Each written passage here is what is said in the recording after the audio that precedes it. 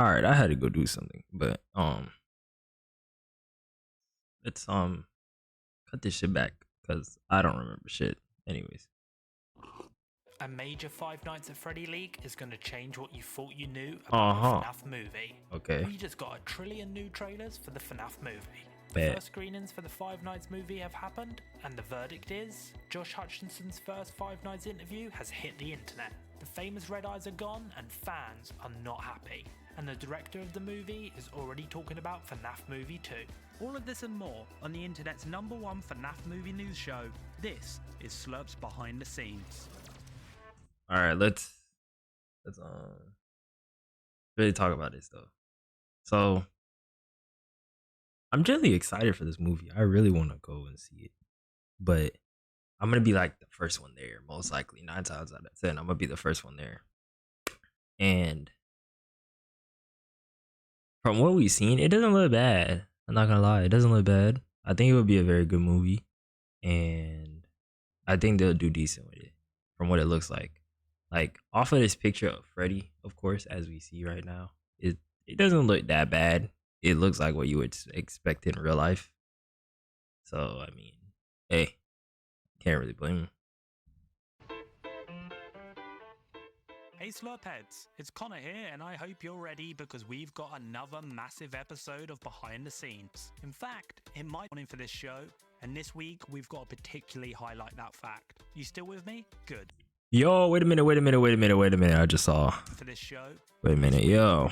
Wait a minute. Highlight that fact. Wait. Yeah. Let's look at our boy here. You know what I'm saying? Let's look at Springtrap. Hold on. I ain't gonna lie. I don't like how Springtrap looks fat in this.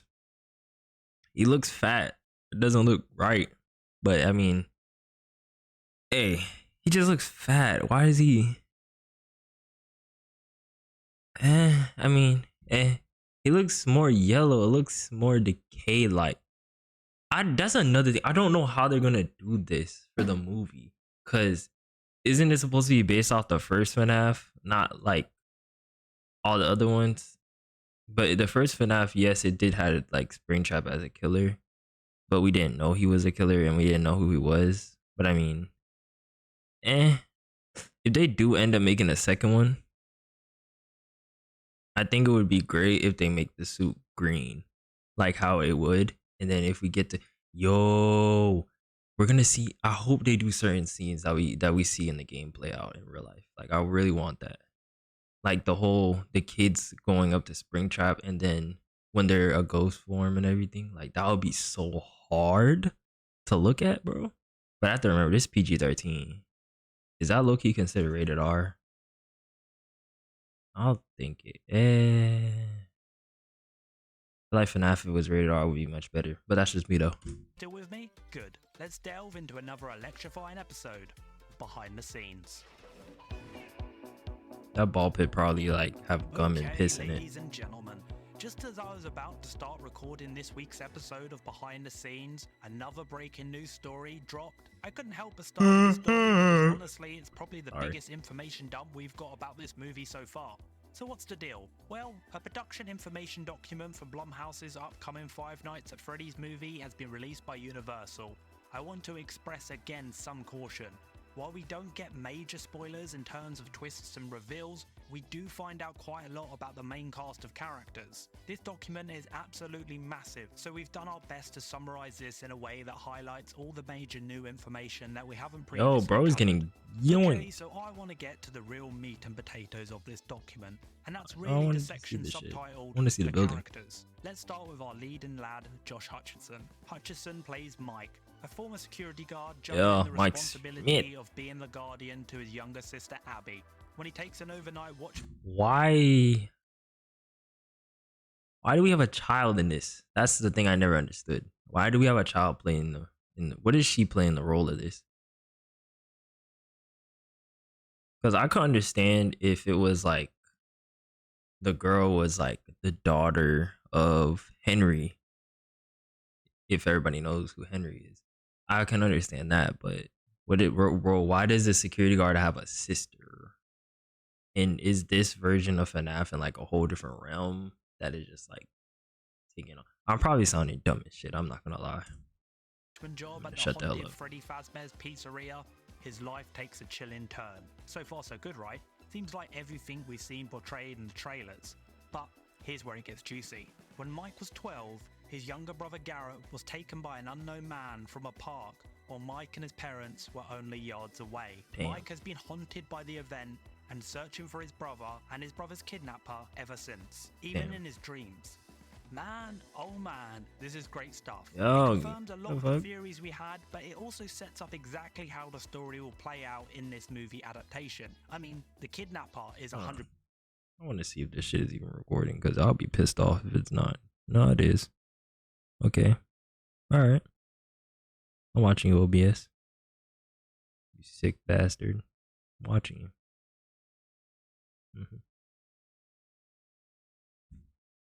William Afton, right? But then I still have questions, because what does Afton do with the kids? How will it all link back to He Freddy's tickles and the them. pizzeria?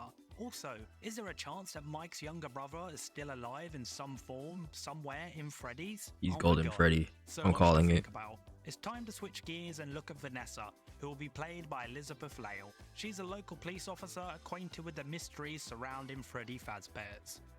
Very interesting. Why do you know so much, Vanessa? Her initial sketch. Vanessa already being shown in the series is very questionable, but hey, that's just me though. I personally would have been perfectly fine if it was Phone Guy as an actual, like, you know, character. That would have been hard. Me personally, that would have been hard. Phone Guy? Bro, come on now. Imagine a dude and you get the same voice actor that was in the game for Phone Guy. Wasn't it just Steve? Wasn't it? I said Steve. Wasn't it just Scott that was playing the voice for was he? I think he was playing the voice for the Phone Guy. But personally, I think it would have been better if it was just Phone Guy. That's just me though.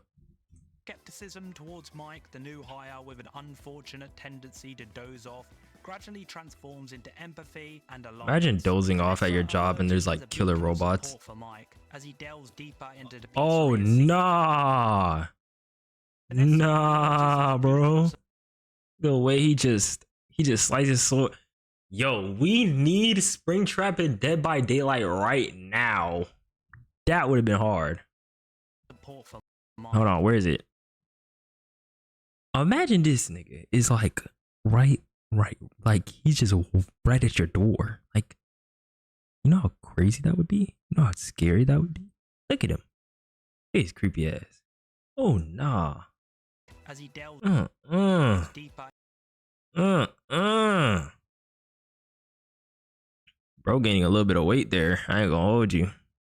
Into the pizzeria's secrets. I think most of us in the Fnaf community think something sus is going on with Vanessa, right? So Yes. it's interesting here that this document seemingly portrays that she doesn't have a ulterior motive. I don't know. Maybe they're Not just yet. trying to hide their true intentions, but it's definitely something to think about. Okay, now let's look at Piper Rubio. 10-year-old Abby, betrayed by the gifted Rubio, stands central to Mike's life, not just as his sister, but as a ward under his shaky guardianship. The film cleverly intertwines Abby's imaginative artwork with eerie occurrences at Freddy's, leading the siblings on a journey to uncover the truth behind the animatronics. Nothing particularly new here, but I'm definitely interested to see Abby's art. Foxy is like, that's kind of hard. It's kind of sad that they're taking out the red eyes because that would have been hard, but I can understand why.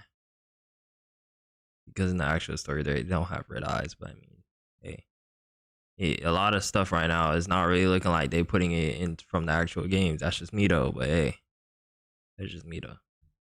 In the movie. Now let's look at Jane and Maxine, played by Mary Stuart Masterson and Kat Connor Sterling, respectively. Jane is the siblings' overbearing aunt, frequently clashing with Mike over his guardianship of Abby, hinting at hidden intentions. What is this Karen up to? Remember when we first heard about this character? It was through the reveal that her name was Jane Afton. This is a character we haven't seen anything from in the Is he actually having a wife? Are we actually learning about his wife finally? Oh my gosh, this is amazing. Oh my goodness, this is amazing. We're actually learning that Afton's What about his wife other than Ballora? This is amazing. Marketing materials, so I'm super interested. Stuff from the suit and collar Ballora. Of course, we've got to end with none other than William Afton. Steve Raglan, played by the amazing Matthew Lillard.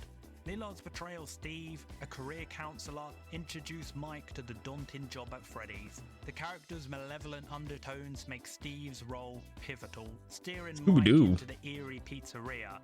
Obviously, they're trying to keep some kind of secrecy around who and what Raglan really is. I just yawned. What the hell? I'm here for it. It'll be fun to see how the general public and non-FNAF fans react to Afton's, Raglan's true intentions. Ooh, I told you that was pretty dense. I did my best to summarize the major plot takeaways, but if you wanted to read this whole thing in detail, there's going to be a link for that down in the description. We're going to circle back to this document later in the episode, but before we do, why don't we check out some more behind-the-scenes news?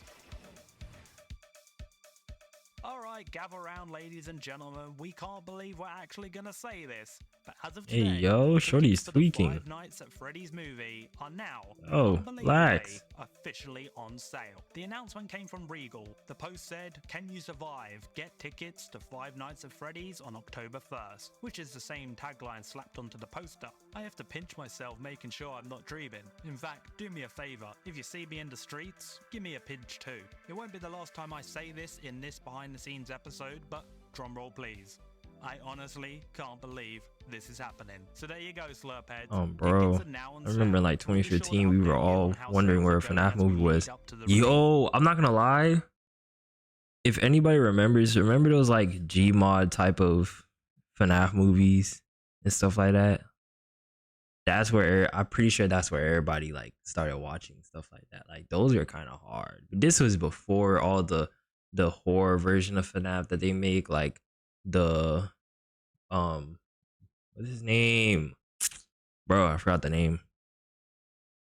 Everybody know, people that know, you know, but I'm just saying, like all the horror stuff that they made, like it was before those Gmod versions of that were so good. Of the movie, but until then, I gotta find out, are you planning to watch the movie in theaters or curled up on your couch streaming it on Peacock? Leave a comment below and let us know. I can watch it on Peacock. Buckle up, because the floodgates have opened. Remember when we touched on those 3 new TV spots? And that kid is really trying to catch a body. Well, once that episode hit the airwaves, Universal went all out. Seriously, every time I refresh Twitter, X, whatever, another TV spot had made its way onto the internet. There were literally new trailers popping out of Universal's Wazoo. If you're watching this BTS episode, you're likely a mega fan of FNAF, which means you've probably caught some of these TV spots in the wild web. I won't deep dive into each one, because if I did, it would probably be like a 60-minute episode. If you want to spend some time looking over the TV spots yourself, we're going to link them all in the description down below. For the most part, these TV spots tread familiar ground, echoing the story beats from the official and teaser trailers. They're playing it close to the chest with plot details, which is okay with me. It means hold on, wait a minute. I want to figure out which one is who. They're playing it close to the chest with plot details. Okay, calling it. Of course, this is Foxy because he has a hook. Bonnie. Wait, Bonnie's black? Yo, this is why he was always the scariest. In my opinion, Bonnie has always been the scariest, especially in Forgotten Memories. I hate Forgotten Memories. That right there, I hate when Bonnie's like the hardest person to deal with in Forgotten Memories, in my opinion. This is, wait, 1, 2, 3, 4, 5. Chica, Foxy, Bonnie, Freddy, Golden Freddy. I think that's how it's gonna go. Maybe I'm not cooking. Wait a minute. Details, which is okay with me. It means we get to unravel the mystery on the big screen. So while the plot remains cloaked in shadows, we were treated to a smorgasbord of fresh new shots and scenes. And man oh man, they keep showing me this picture of this man with his knife. To the big screen, I mean, it's just perfect. And then I also have to highlight this shot because honestly, it's I don't know why this is funny. I just think in my head, bro. Yo, yeah, this is a funny. This is like meme worthy right here. This is meme worthy. Anyways, So fucking goofy, and I love it. I feel this is destined to become Fnaf when your homie said he'll eat ass, meme gold. With the that was countdown probably to the dry as movie fuck. I'm premiere sorry. in full swing, I bet my lucky socks we haven't seen the last of the TV and web spots. Stay tuned, because when we hear more, you'll be the first to know.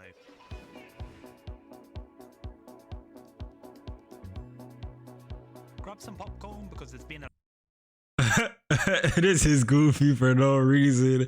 Yo, this movie's gonna make me laugh, and it's not even out yet.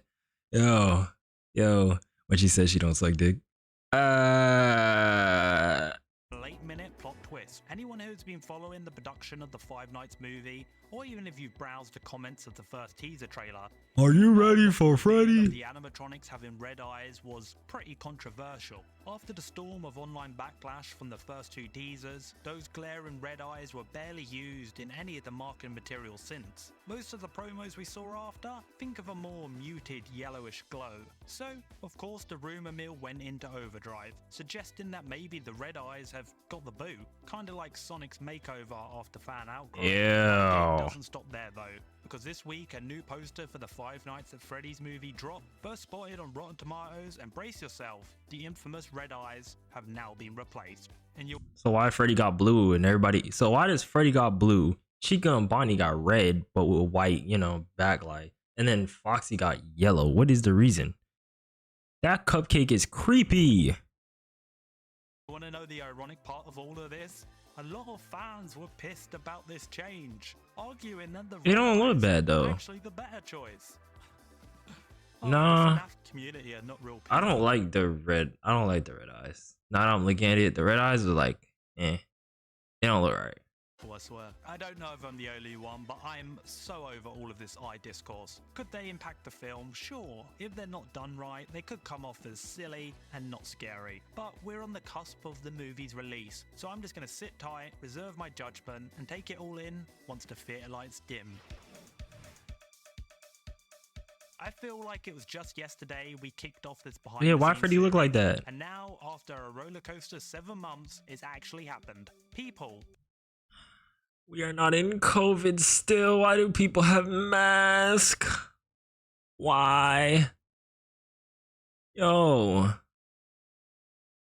I just know she's one of them that drive with masks.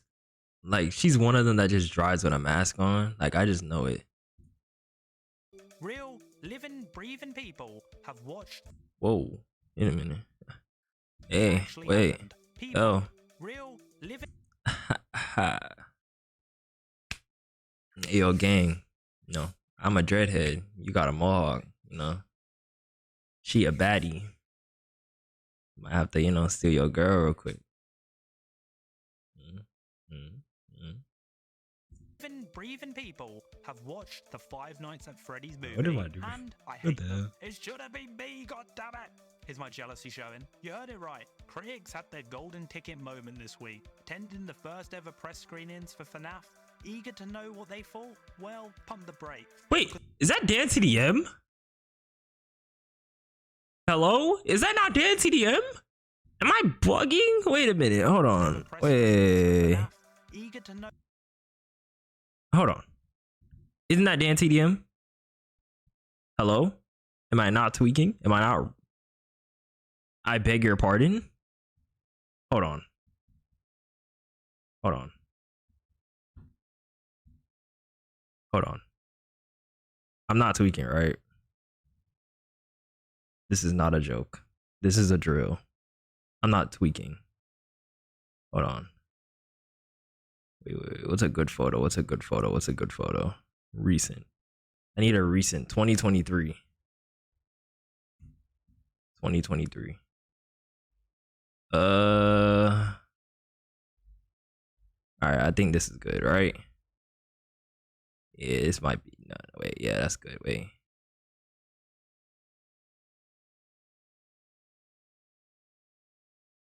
Is that not Dan TDM? Tell me I'm not wrong. Tell me in the comments I'm not wrong if that's not Dan TDM. Please tell me I'm not tweaking. Know what they thought? Well, pump the brakes, because there's an embargo on reactions and reviews. But trust me, once the embargo lifts, you'll be the first. Bro, why he rubbing the popcorn like that? It can't be that scary. Speculated that we might be looking at a Mario movie situation. What do you mean, gang? Critic reviews where it's fans and the general public singing the movie's praises. But here's a twist. Universal screening the movie for critics with a whole month still on the clock might be a beacon of hope. I mean, if you're confident about your product, why not show it off early, right? Alternatively, again, if Universal decides to play it close to the vest and keep the review embargo locked until the last few days before the release, well, that might be a little hint of their expectations. Every day without a lifted embargo, that might mean the Rotten Tomatoes score could be taking a hit. This is certainly juicy, and we'll have to see which way it goes. We'll be following the story and updating you as we get closer to the release of Five Nights at Freddy's. Yo, he has a lot of hair. Let's finally circle back to that document as I said we would. I couldn't help but include this as we finally got our first interview in sorts with the main star of the movie, Josh Hutcherson. I think some of us were concerned we wouldn't hear from Hutcherson given the fact that the studios have continually refused to give actors and writers a fair deal, meaning the strikes have been ongoing. Bro, It got looks a like whole these pit. strikers might finally be getting a win we've all wanted, but this document is careful to clarify that all actor and writer interviews were conducted prior to the SAG and WGA labour strikes. Okay, enough build-up. Let's get into what Hutcherson had to say in this That is interview. not a W First up, fit. it's revealed that before joining the film, Hutcherson That's a wasn't W familiar fit. with the game, but he quickly delved into the universe. He said, The game is very creepy, very intense, and then I saw the fandom and the lore behind it, and it's just out of this world. "You can say that again, Josh." I kind of like the idea of him sitting at home watching MatPat videos in preparation for him joining the franchise. Oh, Lord. Discussing the approach of the film, Not bad, Hutcherson Pat. emphasizes the character-driven narrative amid the supernatural elements. Mike's a guy with the weight of the world on his shoulders. He's acting as this father figure, while at the same time dealing with his own deeply personal trauma. I feel And it wants to Hutcherson lag. has got such a great grasp on the character. Honestly, I think he's going to be the perfect Mike. Regarding the animatronics used in the movie, Hutcherson is full of admiration. Watching them come to life was incredible. They have this texture Bro, and quality that only Henson can do. I am As an so actor, sorry. You actually You get know I something love you. physical and I am so sorry. I'm so sorry that I ever did this to you. You beautiful, beautiful real to interact. creature. My character is supposed to be haunted by these What are you looking at, little nigga? Anyways. things. And now I have a creature in front of me that, in the right Oh my goodness, if this lags one more time. light, is terrifying. Oh, I love this so much. Just like we've Ugh. banging on He has two? He got $2? That's for gas, bro. Trust. I'll bring my dogs on the videos one day. Trust. I'll bring them on vid one day.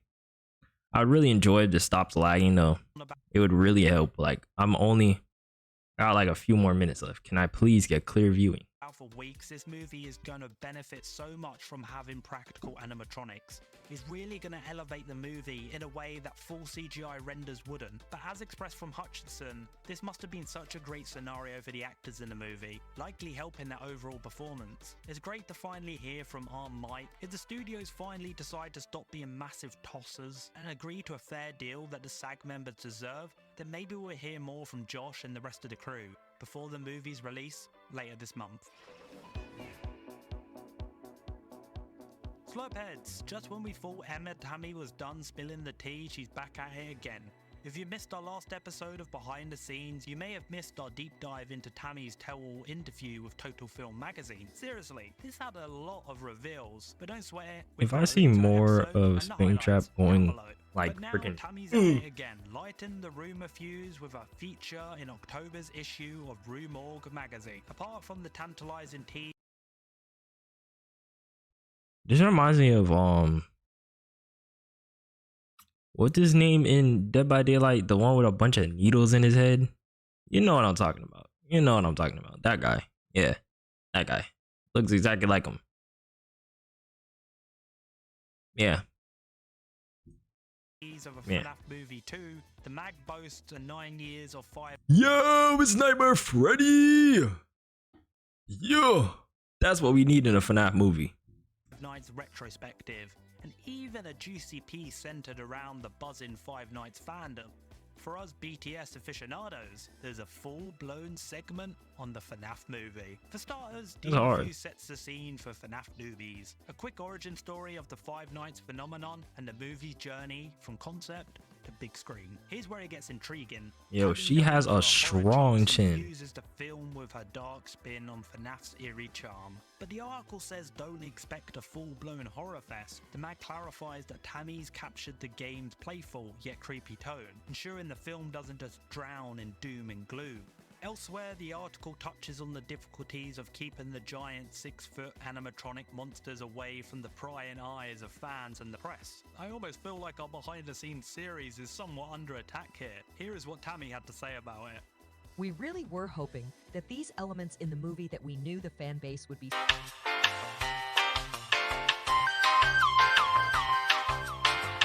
Boys and girls, we did it. I deleted Valorant off this laptop. Thank you, Jesus. Never again. I had to look up a whole uninstall Valorant completely. Guide, bro. A 2-minute guide. This is insane. Just to get storage because this thing wanted to run out of storage to record. Goodness gracious. Go back to this recording, please. Get this video done. Till we revealed them in a preview.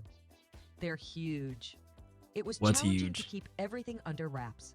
Now the icing on the cake? Sequel talks. This is big, especially since the last hint of a movie sequel was when Matthew Lillard hinting he signed on for a free picture deal. Here's what Tammy had to say. I should be so lucky to be able to be involved in any sequel film. That would be incredible. I love it. Okay, my back. I'm never doing that again. Blumhouse will likely want to see some dollar bills before greenlighting anything. It all hinges on the box office numbers and those Peacock viewing stats. But yes, it is heartwarming to see Tammy's passion for the project. Often directors crave fresh new adventures after immersing in one project for so long. So while Tammy's playing coy, one thing's clear. She really loves the Fnaf universe. Alright SLUURP heads, it's time to wrap up another massive week on Behind the Scenes. We finally heard from Josh Hutcherson, I got jealous about the first screening, and we also found out gon' rush to the top, shorty she wanted that pause, throw it back, never got kicked back, shorty she close, she needs that,